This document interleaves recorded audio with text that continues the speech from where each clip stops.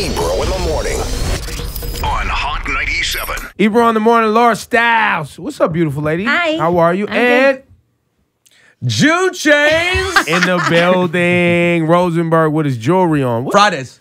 Tell the people the jewelry story before we get to our guest, Robin Lundberg. There's not much of a story. I just always wanted chains from the time I was a kid. Like if I did well, I wanted to earn them. Right. Earn my.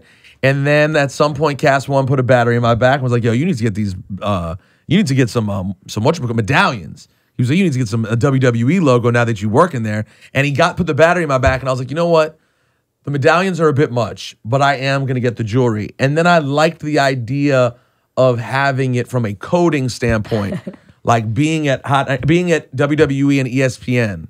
Like I like the idea of wearing chains.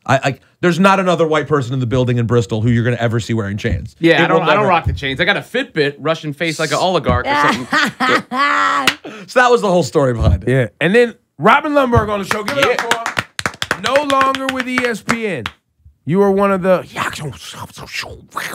Yeah. Wow. Quite a sound effect you gave to someone losing their... You know what? What? You haven't been in radio till you've been fired, man. You know the very drill, good point. man. Facts. Chill out. It was actually the best publicity of my career, I would say, because of the way it went down. It wasn't just me, right? It was like this sick reality show, like Who Didn't Get the Rose and all that sort of stuff. Man, so yeah. I was sitting there watching the damage, and I was like, all right, when do I send my tweet out? When's the perfect time to do this? And then I had my web show, Stick to Sports, that same night. And the next week, the SI piece popped off, so... So I was gonna ask you that. So Wait, I went fast for you. no, went about fast. that. You went No, I'm fast. staying right there. But were you happier? Was it better off being a part of the big moment than if you would just than if you just quietly lost your job a month earlier? Oh, no doubt. I mean, 100 million times better off. I mean, I had to pop in the Daily News over that weekend too. So there's a lot of stuff that came along with it, because also this galvanizing movement of all right, I'm behind you now because it was so public. That was the biggest story. Because the people who like you were like, hold up, you're good. What the fuck are they doing? Right. Yeah, that's what they said. How they were long correct. did you know that you were on the chopping block? You know, when you have a contractual situation, you're always a little bit like, and I had a couple of conversations that make you a little wary, but it wasn't final until it's final, right? That's right. That day that it happened. And I wound up getting a parking ticket. I don't know if you guys heard that story. I was in the front of the building. Peter knows the building. You can park there till 7 a.m., right? And I get there mad early for the show I was doing. So I got there, didn't expect to leave past 7 a.m. I went into a meeting. You never want to go into a meeting. This was a particular meeting I did not want to be a part of. HR was present. No, actually, okay. no. Right. And I go outside, and there's the guy. I'm there at 7:04. He's writing the parking ticket. Man. I was waiting for the Curb Your Enthusiasm music to hit, right? Man, next thing you just need a bird of shit on your shoulder or something like that. Oh, terrible. But the beauty of it is, then, like you said, a few days later, you end up coming out and saying a strong opinion, but an opinion you've held for a long time, and yet you said it after you were no longer with ESPN, and it made more noise than ever previously before. Tell us that opinion that seemed to ruffle so many feathers. LeBron James is better than Michael Jordan. And you felt this for a long time. Yeah, I mean, I've said it for a long time. You know, it's one of those things that you're hesitant to say at first because it's a controversial take. But if you believe it, you got to say it, especially in this business, right? You and Rosenberg are both trolls, man. No, but we both say factual things. I mean, they're based in facts, and they are a great conversation starter. But off top, I could name two things, just thinking about it, just first things that come to my mind, that Michael Jordan has that LeBron doesn't. Obviously, it's the rings. That's the easy one. And second, Michael Jordan has a better free throw percentage. Oh, a free throw percentage. That's Very- where we're very- going? Yes, absolutely. Yeah. I mean, we're going to go into detail. Let's get to Yeah. detail. Free throws are fucking important. Yeah, well, LeBron's better at rebounds, assists, setting up teammates. And the rings argument, you can debunk that in a couple of ways, right? Because this idea that it's better to lose before the finals than in the finals is ridiculous. Jordan lost 3 times in the first round. LeBron never lost in the first round. Facts. He's been to more finals. He's about to pass him in playoff points. He's already got him in some of those other statistical categories. And no player has ever had more individual impact on a team than LeBron. I agree with that and I agree with this very wholeheartedly with LeBron.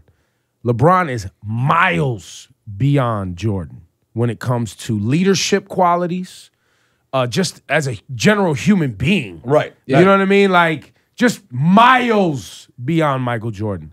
But obviously you go to, I mean, Michael Jordan had a serious, and this is not basketball related, serious cultural impact on, like, I mean, obviously the way people wear their basketball clothes. He's a folk hero. Yeah, like his shoe, I mean, the shoe thing is just Well, there retarded. couldn't have even been LeBron James as we know him without Michael Jordan, right? We all probably agree with that. But, you know, the piece started, Hove got flow, though he's no big in Pac, but he's close. How am I supposed to win when they got me chasing ghosts? That's basically the theme, right? Because when you're going after Michael Jordan, that's what you're chasing. There's something that almost is unattainable because you have a whole group of people that are going to just say off top, no one's ever better than Michael Jordan. And thinking Michael Jordan's the best basketball player ever is a perfectly reasonable opinion, right? That's the Family Feud answer. If you're on there, if you're allowed to talk to Steve Harvey without making an appointment.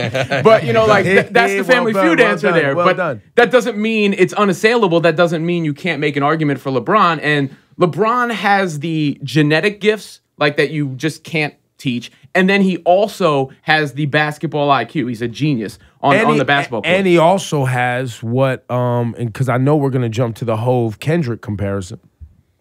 He also has what Kendrick has, which is the luxury, if you will, of being able to study the greats, right? Like, you know, LeBron is like a cross between Magic Johnson and Michael Jordan. Like, he's a hybrid player. Magic Johnson could pick up any position on the floor. LeBron also. Magic Johnson could lead a team, coach a team from the floor. You know what I mean? Like, LeBron has those qualities and the luxury of being able to study Magic and Jordan at the same time. Right. He's a student of the game, and he didn't try to be Michael Jordan. Like, as great as Kobe Bryant is and was, Kobe Bryant is the closest facsimile of Michael Jordan we've ever seen. Like, he really tried to be Michael Jordan, even down to his mannerisms at time early in his career. So he got as close as you could possibly be at being Michael Jordan. LeBron never tried to be Michael Jordan, like he said. He's got a mix of a bunch of different people, whether it's Jordan or Scottie Pippen or Magic Johnson or Karl Malone, even a little bit. Like, a lot of those various parts of the game. We had Brian Windhorst on our show a while ago, who's noted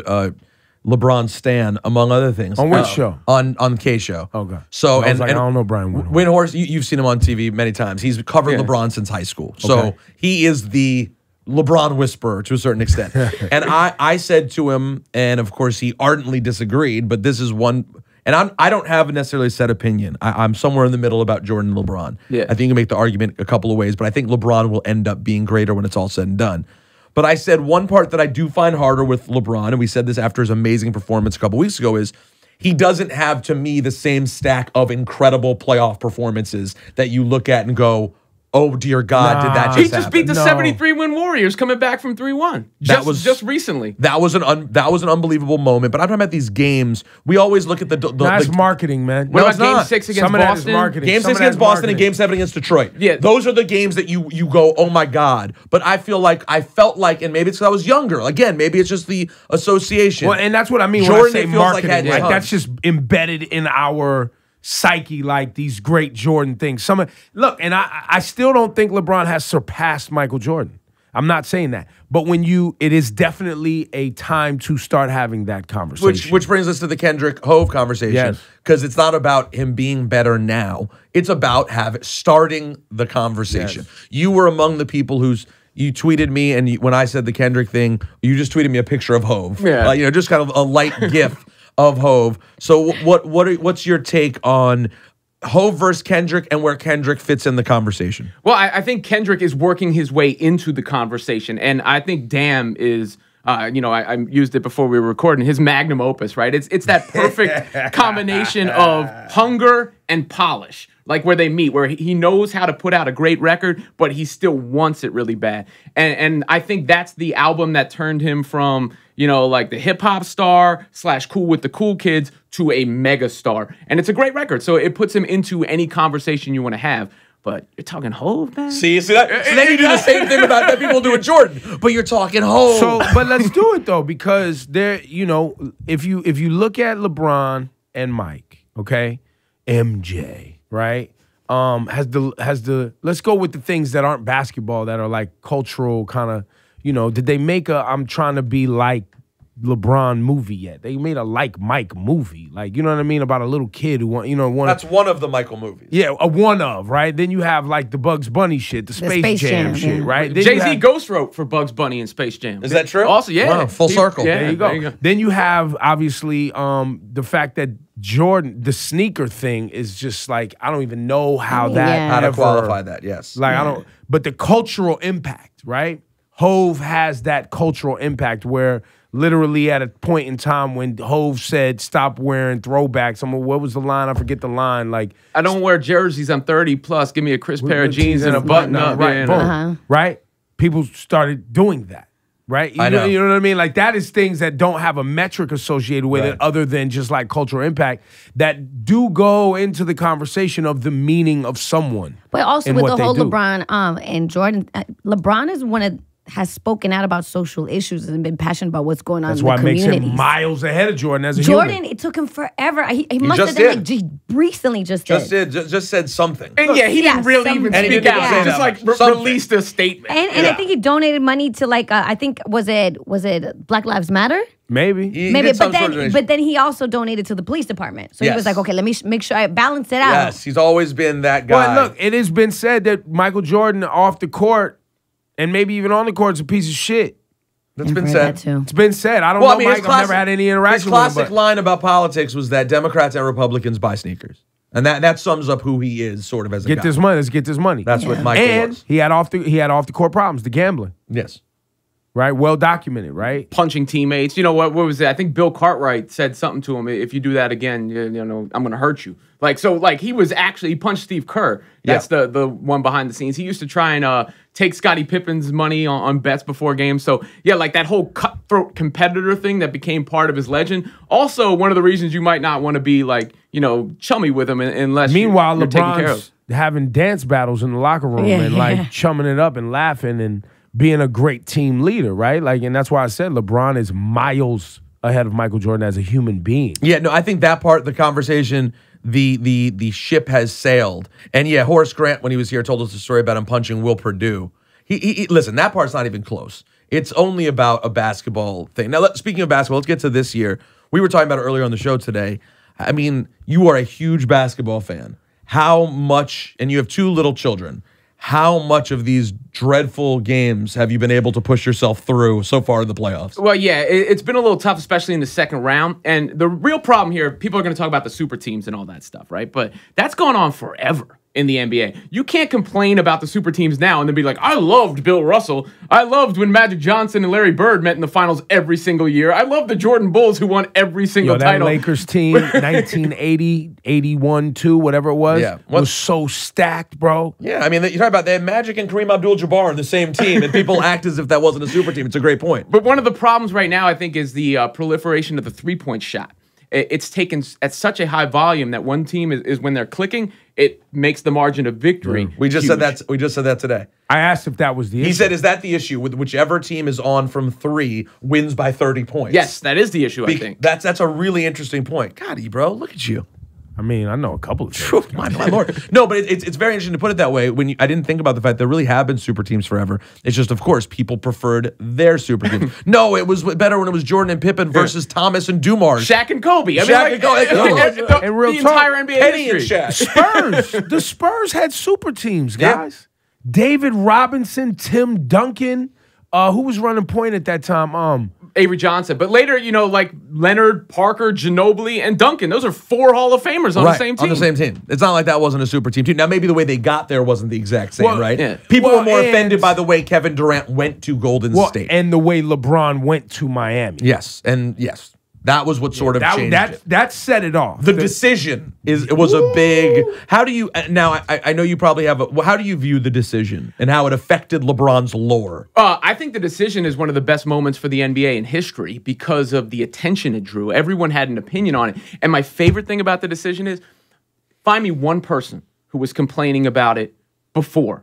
Everyone complained when LeBron said what they didn't want him to say. No one was like, I can't, wait to avoid watching the decision, and when he called ESPN and whoever it was, Maverick Carter or whoever, and was like, hey, you want to televise LeBron's free agency? Yes. That was the end of that conversation. Yes. I think what really rubbed people worse than the decision was the whole pep rally in Miami. And that was a testament to where we are, because back in the day, they did that with Shaq, but everything that you did wasn't consumed by everyone at that point. And I think that was a lesson learned media about 24/7 news coverage and social media. But the decision, it really came off of that 2010 Lakers Celtics finals that went 7 games, and then it made the Heat into this giant thing. Yeah. So that was very good for the NBA. I mean, was it a miscalculation for LeBron? I guess you could say, but the idea that everyone hated it before it happened is just false. Is it and on basketball in the playoffs and where it is right now, it's Golden State, it's the Cavs. Nobody's really watching until we get to that. Is there any? I was arguing, and out of bias, partially, that I thought the Celtics or Wizards could play a fun competitive series with Cleveland. After watching the Celtics and Wizards play, in which I see the home team wins every game by 30 points, I'm like, neither of these teams is really built to play with Cleveland. Well, yeah, if Cleveland, had some sort of regular star player rather than LeBron, those teams could beat them. But they have LeBron, who's basically wearing the Infinity Gauntlet. That's a comic nerd reference for anybody out there. But LeBron controls the entire game, right? So Warriors-Cavs is good. People want Warriors-Cavs. In fact, people would be disappointed if there was anything else other than Warriors-Cavs. They just wish there was a little bit more drama in between. Is there a scenario that you see? Because in the East, I don't see a scenario of the Cavs not making it unless, God forbid, something crazy happens to someone, injury or something like that. Injury is always that would be my answer. If somebody gets, if Draymond Green punches somebody in the nuts and gets suspended against San Antonio, there's a chance they could lose the series. Yeah. Got it. Okay, so that's the only scenario. But it just a straight matchup, no injuries, no suspensions. You don't see a scenario where Golden State doesn't go to the finals. I mean, the Spurs are really good, and they could put Kawhi Leonard at the 4 and go small ball a little bit there. But the problem is, I just don't think they have the guards to match up with Golden State over the course of a series. I mean, Tony Parker was already old. Now he's hurt now. Ginobili's obviously past his prime. So, Patty Mills is going to have to really go off. Yeah, it's unbelievable. And yet they were without Kawhi and Parker last night, and they still win by 30 points against Houston. Well, and this also, seems crazy. But that speaks more to James Harden not showing up than it does. Maybe it does. Yeah, I mean, James Harden looked like he was point shaving, which is about the only shaving he does, I guess. But he looked like he was doing that last night. The Spurs are the NBA Patriots, but they're not hateable. They're the same thing. They're irritating because they're boring, not because they're obnoxious at all. Chris Paul to the Spurs, yes or no? I could see Kyle Lowry to the Spurs. Actually, he's a free agent. Chris Paul, his situation, he's a tough one because he's such a great player, but because of his lack of playoff success, it's going to hold him back a little bit. When people started tossing around yesterday, we were talking about the comparisons between Alex Ovechkin and Chris Paul. Although I think Ovechkin's better in his sport than Paul is in the NBA. I think Chris Paul's a top 5 point guard ever. I mean, ever? Yeah, the combination of perimeter defense. Wait a minute. If my life that's your hottest take so far. If my life depended on one possession, I want the ball in LeBron or Chris Paul's hands. So you're saying, you're putting Chris Paul against Isaiah, Magic Johnson, Jason Kidd, Steve Nash, John Stockton. John Stockton. I mean, he's right in that mix, that conversation. Yeah. Wow. I guess. I mean, when you run through it, he's around. Do you want to put true point guard in there? Do you want to say true point guard? Because obviously people who have he obviously is a true point guard, right? I mean, and that idea though is also one that people want to hold on to with nostalgia is a hell of a drug, right? Because attacking point guards are very valuable. I mean, look at what Russell Westbrook does. Look at what Isaiah Thomas is doing right now. But Chris Paul can do both of those things to a certain degree. I mean, he can get buckets. He ain't giving you 50, but he's routinely scoring buckets, especially from the elbow, and he can run the whole show. Plus the defense. I mean, if you look at the statistics this year on off-court data, LeBron and Chris Paul were the guys that influenced the game the most when they were on or off the court. That team falls apart. Because you think about the Clippers and you hear some of the names, so you go, oh, he's got all this help. They've got nothing between DeAndre Jordan and Chris Paul. Oh, Blake Griffin was hurt in the postseason, but even with Blake Griffin in there, their wing players are dreadful, and their bench is totally thin. I mean, they got Paul Pierce still playing, Jamal Crawford still playing. They got no wing players, and that was their real issue as far as their roster goes. When we eventually get to Golden State, Cleveland, give us the Robin Lundberg pick on how that series goes. I mean, it's a little intellectually dishonest to pick anyone other than Golden State, given the kind of season they had. But You just can't bet against LeBron. I mean, I wouldn't be shocked. Let me put it this way: I wouldn't be. I would only be mildly surprised if LeBron took them out again. So call it how you feel it in your heart. Do you think it's 4? You think it's 7 games Cleveland wins?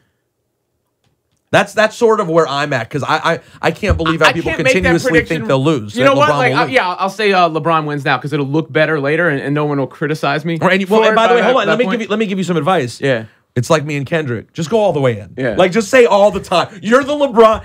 And by the way, not the LeBron guy like Brian Windhorst. You're not his friend. But you have decided with history will always show LeBron's the best. Yeah, well, and you're usually right. You will be right 99% of the time. You know, it's crazy. I feel like I'm taking crazy pills when people criticize me for being a LeBron guy. If you're not a LeBron guy, you're basically a chump. I mean, like, you know, that you can not love him, but if you're not recognizing his greatness, even if you're not saying he's better than Michael Jordan, if you're trying to diminish him, you're playing yourself. Take the exact same thing you just said. Replace the word LeBron James with Kendrick Lamar. Are you still and trying replace to, the name Michael Jordan with Jay-Z. No, because it's the exact same concept. I understand, but I want to say it. No, we don't know. We have to keep saying this to people. Well, but Ebro, you're not going to win them. They're not going to go with you. They don't want to go. They just do the same thing. Michael Jordan, Jay-Z, you can't. They don't want to go. And there's nothing wrong. You can have both. But we can add people to the lexicon of greatness. I'm not mad that you think Kendrick is better, right? But like Jay, here's the thing. People want to diminish Jay by Do you think Kendrick is better than Jay-Z? Is that what you're saying? Oh, no, but you've always said you want him to be in the conversation because with people Jay. say that. People clearly say Rosenberg said Kendrick is better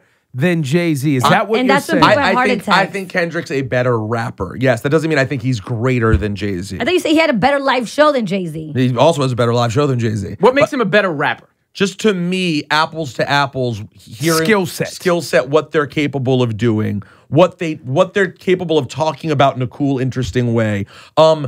Terrible moments. Like Hove has moments in which I'm just like, no. But some people say To Pimp a Butterfly was a terrible moment. Though. I don't love To Pimp a Butterfly, and Hove's career is 20 years. He doesn't love it. Well, I don't even really like it that much, to be honest with you. He took it up. You know, just had to lay it up for him. Hope's 20 years in the game, so of course he's going to have some of those moments. But I think Jay-Z's versatility is part of what stands out. He could do any kind of track. He made a rock album, bro. Yeah. And is that in your library? You listen Encore, I do listen out. That Encore is in my list. The Great album? No, it was the Linkin Park album. The Collision Course, the Linkin Park joint. I wouldn't have been able to name it. But yes, I mean, don't make me diss Jay-Z. He's the greatest. I love Jay-Z. I consider him the greatest. But that's why I wanted Specifically, yes, I think Kendrick Lamar, if they had to, just comparing them as rappers, like we talked about, Jay-Z came up as almost in the same time period as Rakim and Big Daddy Kane. Meanwhile, Kendrick Lamar got to learn from watching Jay-Z and Eminem's entire career. So I think Kendrick has... 3,000. I think Kendrick has tools that I don't think Jay-Z had in his belt when he started his rap career. Well, Kendrick's a true artist. You always got to give him credit for that. That's why I think, like, damn, like, people sort of... If there was a criticism, it was that it wasn't as experimental. I think he's naturally ambitious. He just came off To Pimp a Butterfly. Why would he do like, how much does he have to experiment? Like, that. Yeah, that's another part that's tough. He decided to experiment. And this album is hardly...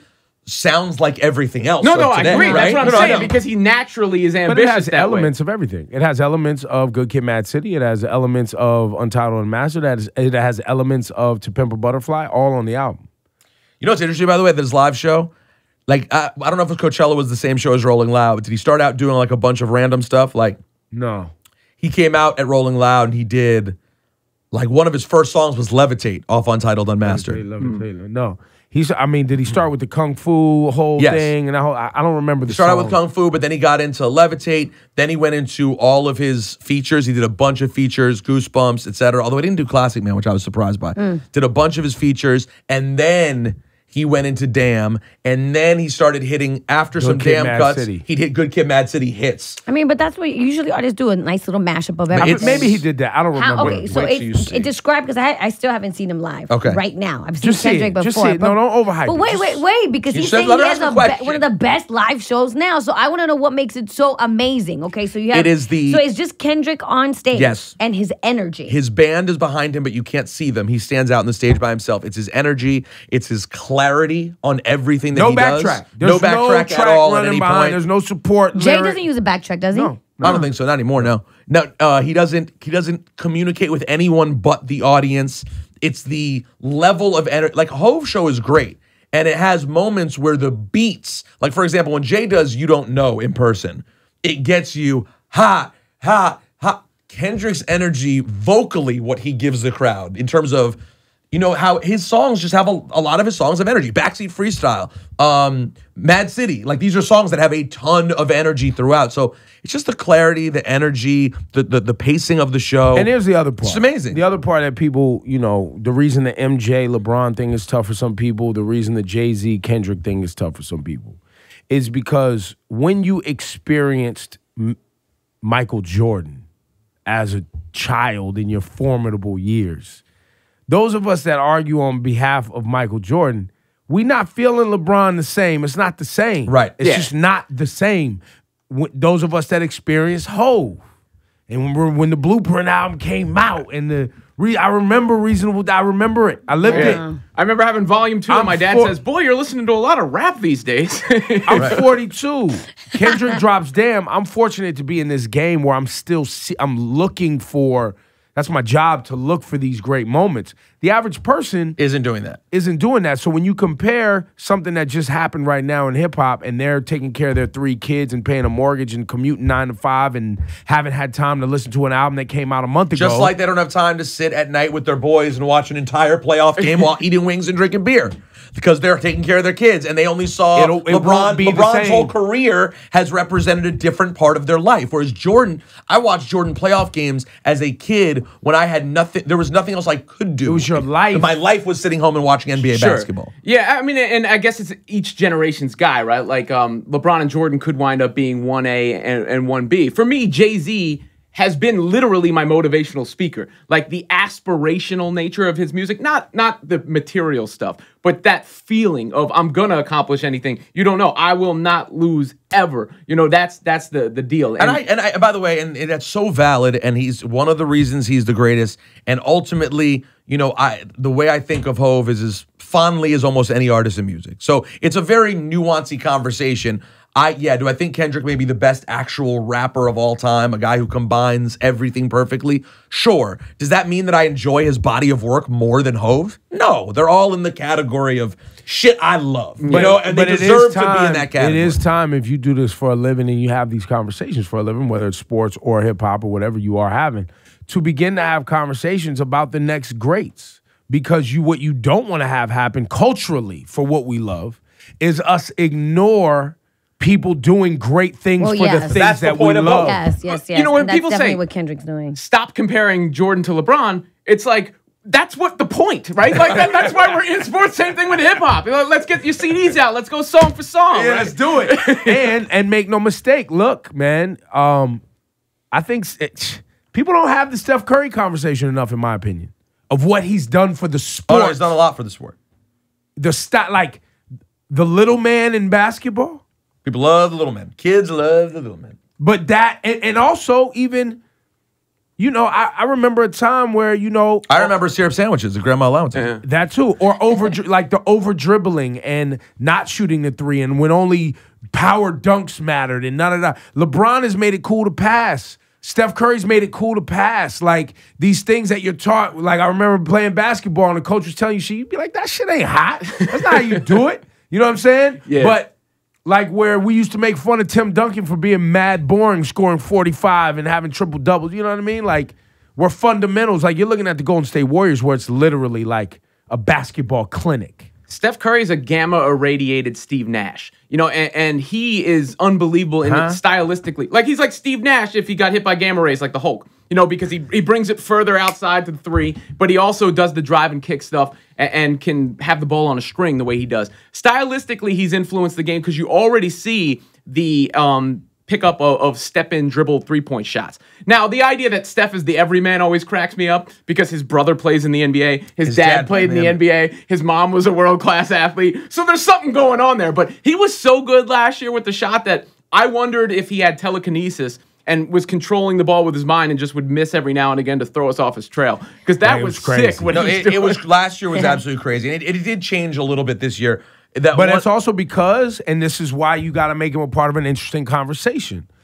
It changed this year because of Kevin Durant, and the essence of the team had to shift to incorporate something that they knew they needed. So he had to change. Like that's an intangible that in an athlete, which is why LeBron is miles ahead of Michael Jordan, is because LeBron will change what he does to accommodate what the team needs in the moment or who they've asked to be a part of our network. You see what I'm saying? Yeah. That is something that I don't think people give enough credit to. When a superstar goes, you know what?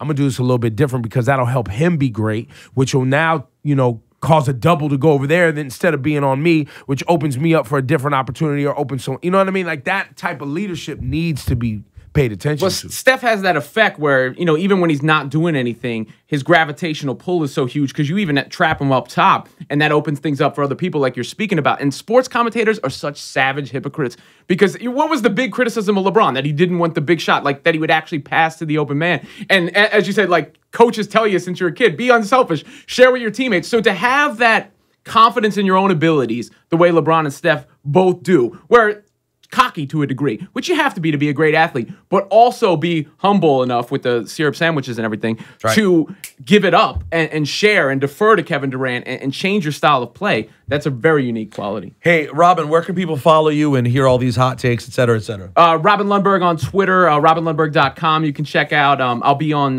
SI all next week, SI Live now. So and are you still doing are you doing the web show at night? Yeah, stick to sports every Wednesday night at 8 o'clock and laid off with Robin and Reese every day. You're busy. At 3 o'clock. Yeah. I couldn't keep up with that entire He list. just got laid off and he's still rocking. Yeah, that's why he's doing laid off every day with you and Reese Waters. You and Reese Waters doing a show every day. Yeah, it's just like it's our FaceTime conversation. It's a 2-minute FaceTime conversation where we're just checking in on each other. That's a great idea. So follow Robin Lundberg everywhere. Thanks for coming by, bud. Appreciate it, guys. Robin, thank you, man.